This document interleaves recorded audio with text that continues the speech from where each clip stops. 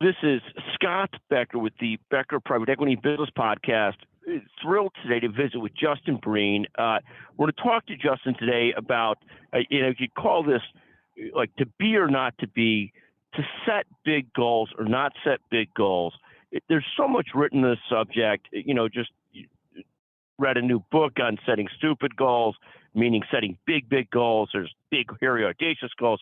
There's a million books in this. And then there's believers in setting big goals to strive for versus others that look at life as a process versus necessarily setting big goals. Justin, I wanted your take on this subject, to set big goals or not. What are your thoughts here?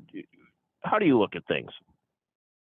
Yeah, this is a great question from you, and I always enjoy talking to you because it really helps me think about things in real time. And I think it's a two-part answer to that. One is people from the outside think I live a very complex life, but really it's very simple. And Earl Nightingale's one of my favorite, visionary speakers. And he says success is the progressive realization of a worthy ideal. So success is the progressive realization of a worthy ideal. So, every day, just getting better and better and better at spending time with my family and then growing network on a global level. So that's a step-by-step analysis of that. And then the second part to that is our entire family has a vision board where we have our 5-year and 10-year visions or goals. And then the 10-year goals for me specifically are pretty big. In terms of, the biggest one is having a giant foundation, BrEpic Foundation, to help younger entrepreneurs.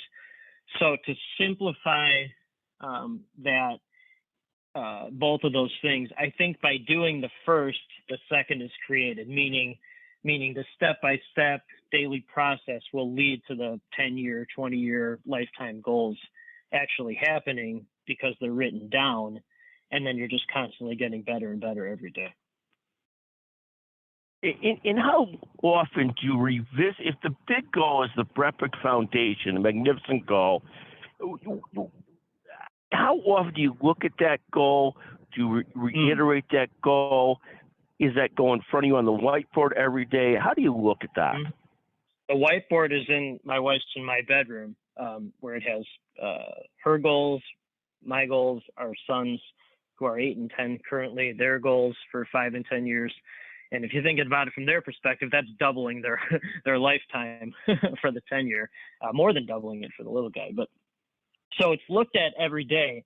In terms of it being focused on, I would say there's basically no focus on it every day, but it's written there. So it's almost like subconscious or unconsciously there.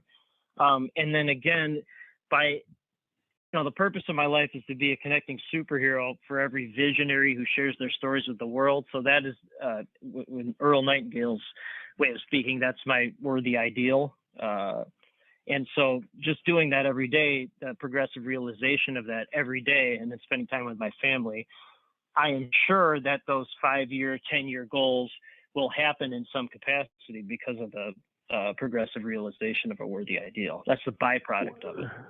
No, thank you. When you talk about the BrEpic Foundation, do you put a number on that? Do you say that's got to have no? And talk about that, because that's. I'll tell you why exactly. Because numbers like that have always annoyed me. I don't know why, but numbers like that, like having a revenue goal,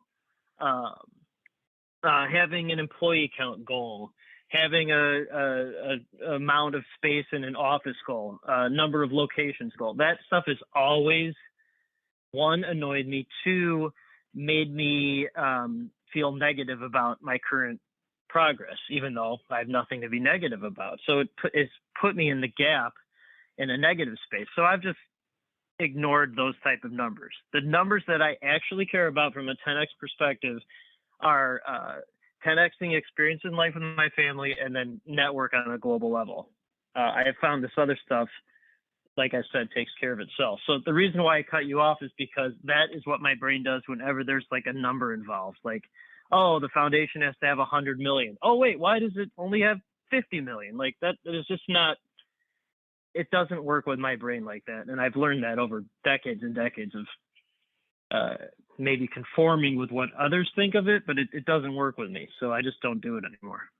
But see, in some ways, that's very valuable because you're able to look at life as, here's my process. My process is great life and experience with my children, great, this journey every day of being a connecting superhero and really helping to amplify other people and helping them set their space in the world. Versus if you put, and you obviously do a tremendous job of keeping your energy level up and doing these things. In some ways, if you put quotas on them, it takes a lot of the joy out of it, doesn't it? It sort of says horrible. It's horrible for me. Horrible. Yeah, no, I think it's a great perspective, and I think it's very helpful for people to hear because it means that there's different ways to approach this. You don't have to be like, well, my great goal is this, but if I don't put a number on it, it's not successful. And that's not the case. The case, if you could live life fully as you're living it without specific numeric goals, God bless, and different perspectives on it. And I love that. And there are all these studies that show exactly what you're talking about. There's people that set these huge goals, don't meet them, and then they're not building confidence versus setting goals of this is how I want to live my life, and I'm trying to meet that every day. Well, you just answered your own question, I think. I think you answered your own question by what you just said. And so what I have learned is through many things, both positive and negative. I would say the most negative experience I've had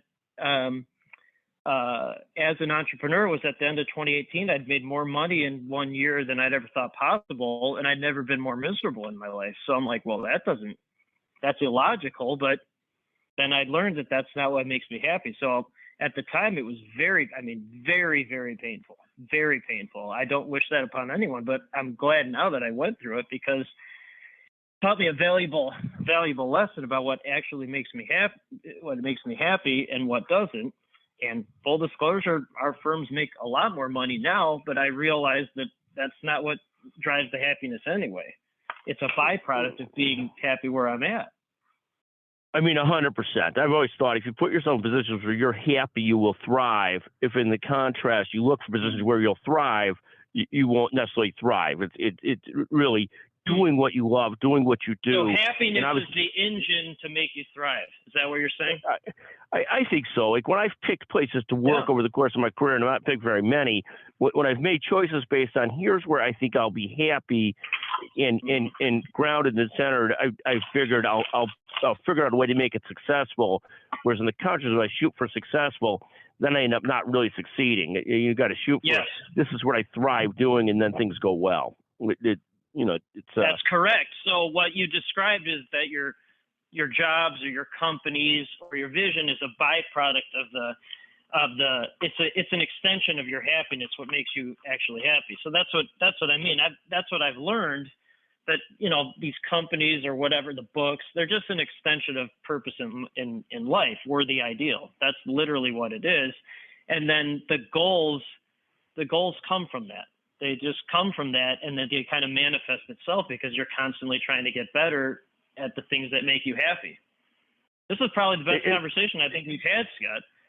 Well, and then it's always kind of the concept of hitting that balance of that versus trying to achieve certain things too, and hitting that right balance. But no, I think it's a fascinating, constant challenge.